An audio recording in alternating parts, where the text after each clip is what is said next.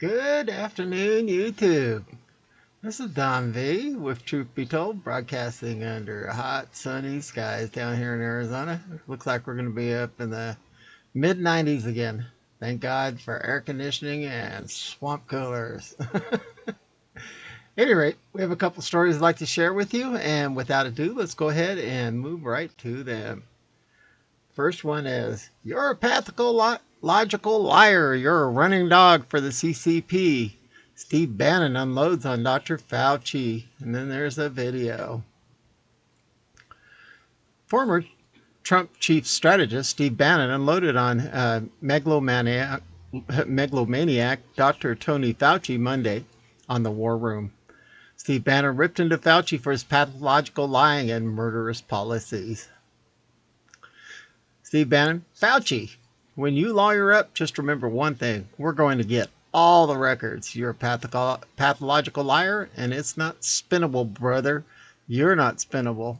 This is science-based, and we got the data. You're scientism. We're science. Data-based, evidence-based, and science-based. And Fauci, you're a running dog for the CCP. On December 15th, my dear friend Eric found out he had contracted coronavirus at his nursing home. Eric was kept in isolation in his assisted living apartment since March, when the pandemic made its way to the U.S. despite historic efforts by the American president. After 9 months, there was an outbreak at his nursing home, and Eric caught the virus. Eric was 81 years old. He was overweight, diabetic, and was suspected of having Parkinson's disease. Eric was in poor health and declining before the virus. He was the exact type of person you would want to protect from the virus. This is lethal for seniors and less lethal than the seasonal flu with children and young adults. When I spoke with Eric, he said he felt fine. I asked him what medications he was on since his diagnosis with coronavirus, and I asked him if he was on any prophylactics to assist his recovery from the virus.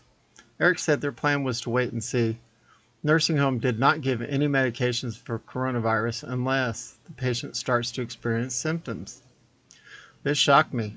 How could it be that after 9 months and over 300,000 related deaths at that time, that the medical community had nothing for seniors and the obese to help them before the disease could advance and take their life?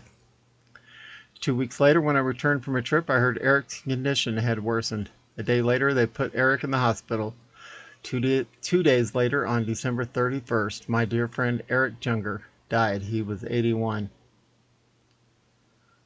It's been over a year since the WHO declared the coronavirus a pandemic after originally downplaying the viral threat. It is no secret that both the disease and the response to combat it following the SARS-CoV-2 outbreak in 2019 have turned out our world upside down. Mandates, lockdowns, guidelines seem to change every time Dr. Fauci opened his mouth. All of those unprecedented rules were put into place. We were told to stop the spread of the disease that today is linked to the death of over 500,000 Americans in just over a year. Allegedly. I would say allegedly.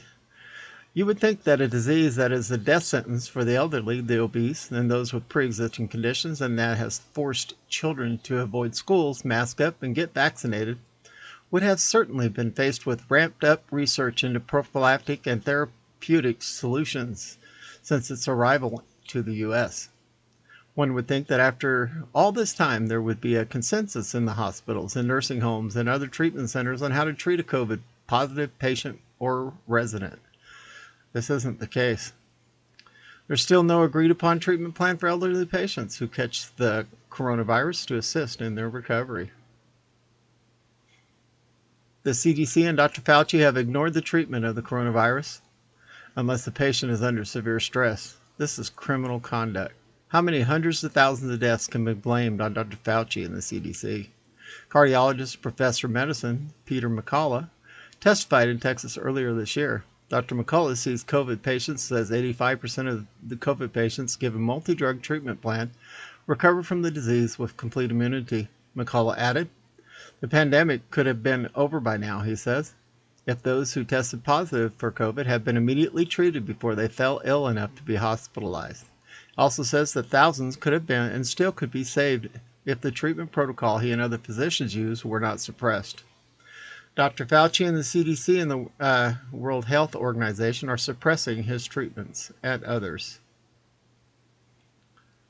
And hundreds of thousands of innocents died. And now this C19HCQ.com website tracks all the international studies on HCQ and its effects on the coronavirus. There is a new study, and the results are shocking. HCQ for COVID-19, real-time metadata analysis of 245 studies. The COVID analysis, meta-analysis not included in the study. HCQ for COVID-19, real-time meta-analysis in 245 studies. 100% of the 29 early treatment studies report a positive effect, 13 statistically significant in isolation. Random effects on meta-analysis with pooled effects using the most serious outcome report shows 64% improvement for the 29 early treatments. Studies, and then gives a number. Results are similar after exclusions based on this sensitivity analysis, 66% and a number. And after restriction to 21 peer-reviewed studies, 65%. Restricting to the 6 RCTs shows 46% improvement.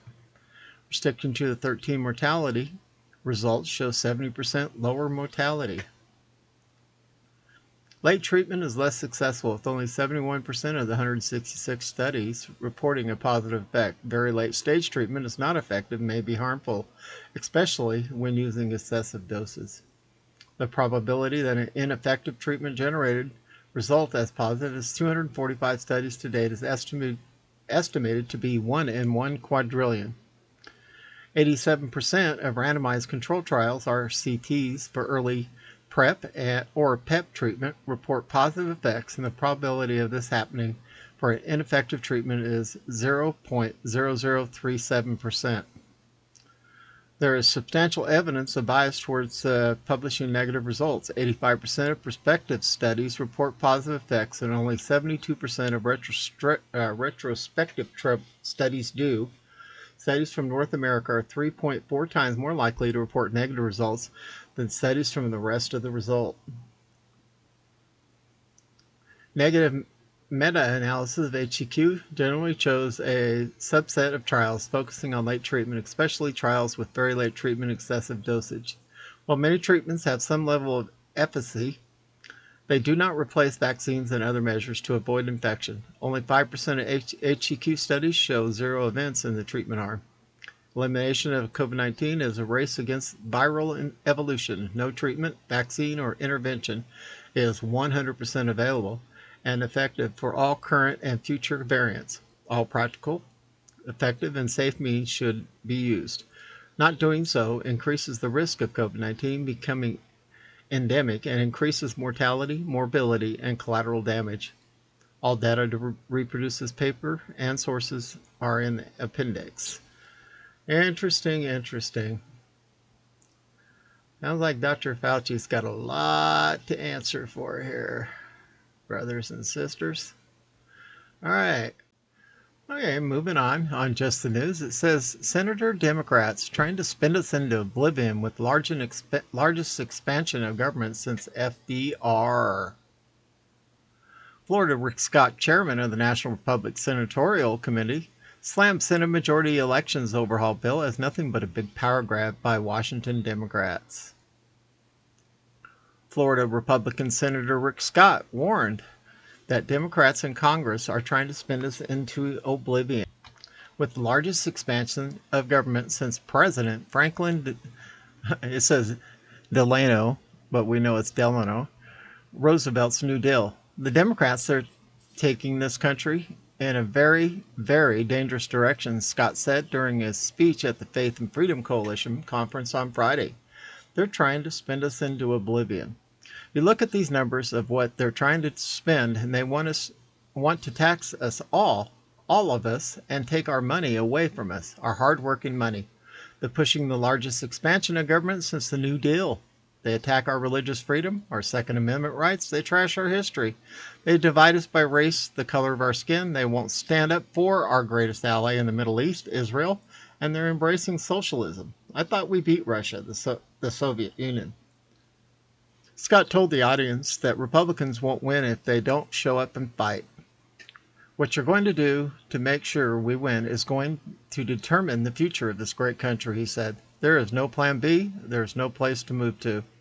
Scott, chairman of the National Republican Senatorial Committee, slammed S1, the Democrats' federal election law, referring to it as the Corrupt Politicians Act. It's formally titled the For the People Act. Yeah, they keep changing the name. It's a sham, Scott said. It's nothing but a big power grab by Washington Democrats. Look, the Democrats, they want to make sure only Democrats can win. Scott argued that the Democrat engaged in a big lie by claiming any effort by Republicans to, I can't say that word, as intended to, and I can't say those. We need to stand up and say they are lying, he said. At any rate, I'd love to read that whole story, but I got 2 big strikes on my main channel for mentioning anything about those words. So I apologize. That's all we got for you this afternoon. And this is Don V with Truth Be Told, and we are out of here.